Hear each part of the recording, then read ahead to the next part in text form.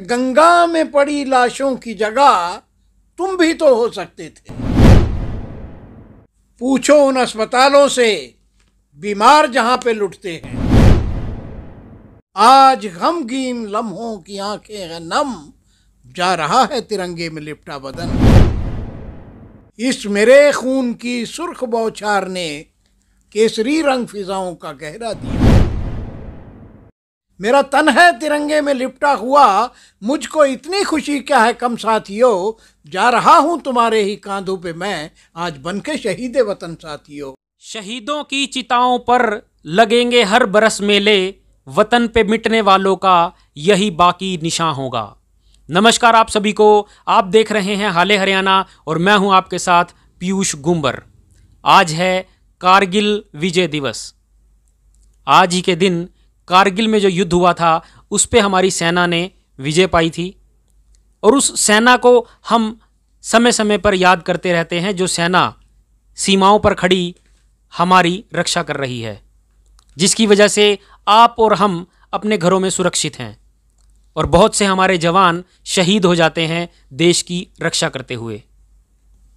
उन शहीदों को भी जब हम याद करते हैं, या तो किसी कार्यक्रम के जरिए या फिर अपनी लेखनी से, और बहुत से ऐसे लेखक हैं जो उन शहीदों को याद करते हैं अपनी लेखनी से, और उनकी लेखनी सुनते ही रूहें भी कांप उठती हैं। इसी तरह की एक शख्सियत आज हमारे साथ है। हमें लगा कि आज इस मौके पर हम आप सबको उस शख्सियत से रूबरू कराएं। नाम है सुभाष शर्मा जी। तो आज हम इनसे इस सारे विषय पर बात करते हैं। नमस्कार सर, स्वागत है आपका हाले हरियाणा में। नमस्कार। कल हमारी आपसे बात हुई थी। आज इस मौके पर हमने चाहा कि आपके जिस तरह से आप लिखते हैं, आपके शब्द हमारे इन व्यूअर्स के लिए हम चाहते हैं कि हमारे चैनल पर आएँ। तो अगर आपने कुछ लिखा है आज इस मौके पर तो प्लीज़। मेरी खुशकिस्मती है कि आज मैं कारगिल दिवस पर आपको एक छोटी सी नज़म पहले सुनाता हूँ। कि आपने देखा कि हमारे जवानों को किस शिद्दत से उन लोगों ने अपने देश को बचाया, अपनी कुर्बानियाँ दी।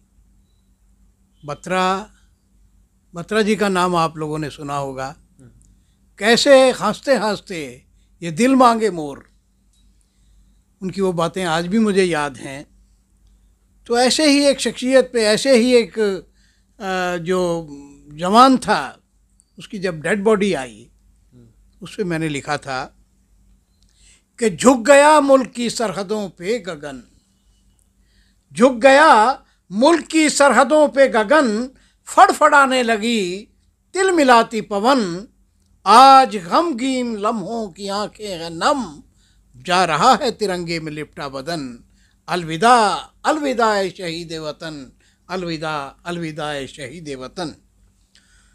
तू कोई वलवला था या तूफान था, मुल्क की सरहदों का निगाहबान था। सबसे पहले सिपाही तू भारत का था, बाद में कोई हिंदू मुसलमान था। तुझको लागी थी सरफरोशी की लगन, अलविदा अलविदा ए शहीद वतन, अलविदा अलविदा ए शहीद वतन।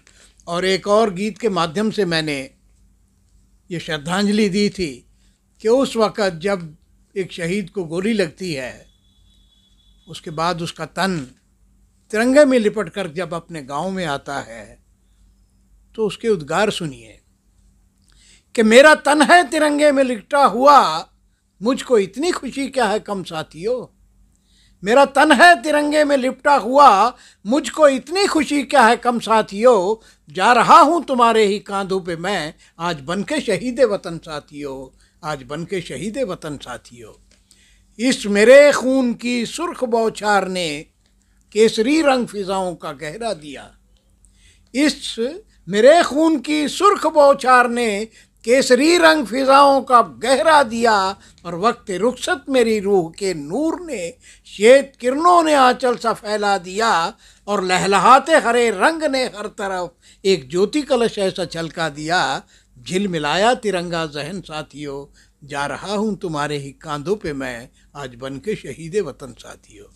तो मुझे ये मेरी खुशकिस्मती है कि एक बार मुझे सीमा पे जाने का मौका मिला। 3 दिन मैं बीएसएफ के साथ रहा। अच्छा। और मैंने देखा कि जवान हमारे किस तरह से दुश्मन का सामना करते हैं। एक साइट ऐसी थी जो 3 तरफ से पाकिस्तान से घिरी हुई थी और रास्ते में रावी दरिया था। उसको पार करके हमारे जवान अपने उसको वहाँ ड्यूटी देने जाते थे। तो मैंने भी वो नज़ारा देखा।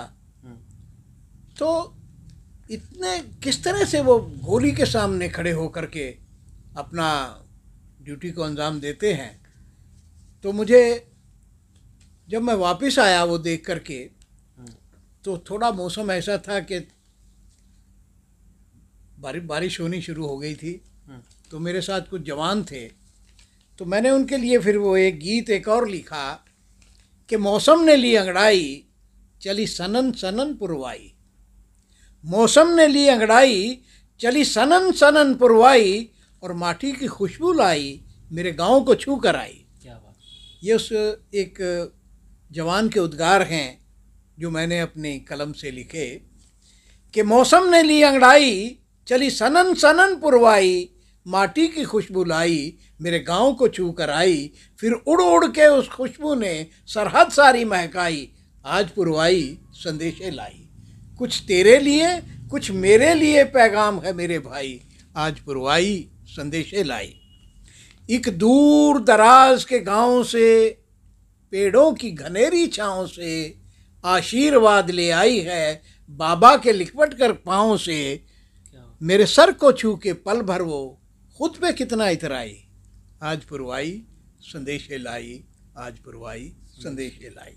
तो मैं उन जवानों के साथ जो मेरे वो 2-3 दिन थे जो मैंने वो गुजारे, मैं सीमा पर भी गया, 0 लाइन पर भी मुझे वो ले गए।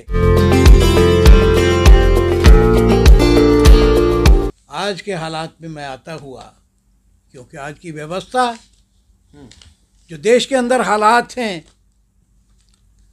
उनसे हम रोजाना 2-4 होते हैं। दिल में एक टीस सी उठती है, क्या हमारा देश किधर जा रहा है। बिल्कुल। हमें अपने देश से प्यार क्यों नहीं है। जो लोग हम पे राजनीति कर रहे हैं उनको भी कुछ सोचना चाहिए कि ये वतन एकदम से ऐसा इतना प्रोग्रेसिव नहीं बना है, इसकी नींव के अंदर काफ़ी लोगों की हड्डियां दबी हुई हैं। बिल्कुल। तो मैं तो ये कहता हूँ, मैंने एक गीत आज के लिए मैंने ये एक नज़म और लिखी है कि इस देश के करना धारो सुनो और आती जाती सरकारों सुनो। क्या बात। इस देश के करना धारो सुनो, आती जाती सरकारों सुनो, ऐ ऊंचे ओहदेदारों सुनो, फौजों की खड़ी कतारों सुनो। और पक्ष विपक्ष में बटे हुए कुछ बचे खुचे खुददारों सुनो, और अमर शहीदों की चिताओं के बुझे हुए अंगारों सुनो। इन इज्जतदारों लुटेरों का ये अपना देश शिकार है क्यों। कुछ इज्जतदार लुटेरों का ये अपना देश शिकार है क्यों। भारत माता की दौलत का मालिक सरमायादार है क्यों। मालिक सरमायादार है क्यों। जवाब दो ए देश के रहबरों, जवाब दो। कोई लूट के खून पसीने को अपने फन पे इतराता है, कोई बैंकों का पैसा लूट लूट के लंदन में बस जाता है, कोई हाकिम उनके कर्जों को चुटके में माफ कर जाता है। वो शातिर और मक्कार कभी कानून के हाथ ना आता है। कुर्सी पे कब्जाधारों का इतना दोहरा किरदार है क्यों। और इस देश के करनाधारों सुनो, भारत माता की दौलत का मालिक सरमायादार है क्यों। ये एक सवाल है।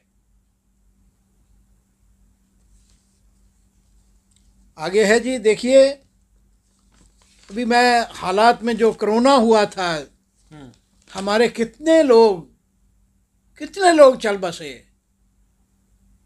उसका अंदाज़ा तो उनके घर के लोग ही लगा सकते हैं कि कितनी कीमती हमारे दोस्त जो हैं वो हमसे जुदा हो गए। वो हालात क्या थी कि गंगा के अंदर हजारों लाशें तैर रही थी। तो ये देख करके बहुत दुख हुआ। तो मैंने लिखा कि गंगा में पड़ी लाशों की जगह तुम भी तो हो सकते थे। गंगा में पड़ी लाशों की जगह तुम भी तो हो सकते थे। बदबख्त बदहवासों की जगह तुम भी तो हो सकते थे। घुट घुट मरने वालों की जगह तुम भी तो हो सकते थे। आहें भरने वालों की जगह तुम भी तो हो सकते थे। मायूसी और बर्बादी का जहनों में लगे अंबार हैं क्यों? पूछो तो मरी ज़मीरों से इतना भ्रष्टाचार है क्यों? पूछो तो मरी ज़मीरों से इतना भ्रष्टाचार है क्यों? पूछो उन अस्पतालों से बीमार जहां पे लुटते हैं। पूछो उन अस्पतालों से बीमार जहां पे लुटते हैं। मोटे मोटे बिल देख देख बेरोक पसीने छुटते हैं। बाजार में नकली दवाओं से मौत के सामान जुटते हैं। प्राणवायु जब क्षीण हो गई सुन सुन के दम घुटते हैं। और शासन प्रशासन उनके आगे अंधा और लाचार है क्यों? पूछो तो मरी ज़मीरों से इतना भ्रष्टाचार है क्यों? पूछो तो मरी ज़मीरों से इतना भ्रष्टाचार है क्यों? धन्यवाद। वाह जी वाह, आपने अपने शब्दों से वो चीज़ें कह दी। आप सब लोगों ने सुना ही होगा कि जहाँ ना पहुँचे रवि वहाँ पहुँचे कवि। क्योंकि जहाँ जिस जगह जिस घर के कोने में धूप भी नहीं पहुँच सकती ना, वहाँ पे कवि अपनी बातों से अपनी लेखनी से वो सब चीज़ें कह जाता है। सरकारें आती रहती हैं, दौर चलते रहते हैं, लेकिन जो एक लेखक अपनी लेखनी से, हम सटायर भी कह सकते हैं, जो सवाल पूछ सकता है, सवाल खड़ा कर सकता है सिस्टम पे, वो शायद कहीं ना कहीं एक आम आदमी नहीं कर सकता। तो बात हमने वैसे तो शुरू की थी कारगिल विजय दिवस के इस उपलक्ष्य में, लेकिन क्योंकि एक जो सच्चा लेखक होता है वो जो सिस्टम में चल रहा है, जो व्यवस्थाएं चल रही हैं, उसके ऊपर बोले बिना नहीं रह सकता। और वो आज इस इंटरव्यू में भी हमें देखने को मिला है। बहरहाल इस खबर को शेयर जरूर कीजिएगा अगर आपको ये पसंद आया है। और क्या है आपकी राय इस सारे इंटरव्यू को लेकर, इस चर्चा पर क्या सोचते हैं आप, कमेंट बॉक्स में ज़रूर लिखिएगा। और जो कोई भी हाले हरियाणा पर पहली बार जुड़ा है, हाले हरियाणा के फेसबुक पेज को फॉलो करें, लाइक करें और हमारे यूट्यूब चैनल को भी सब्सक्राइब जरूर करें, ताकि आगे आने वाले जितने भी वीडियोज़ हैं आप तक सीधा पहुँचते रहें। धन्यवाद।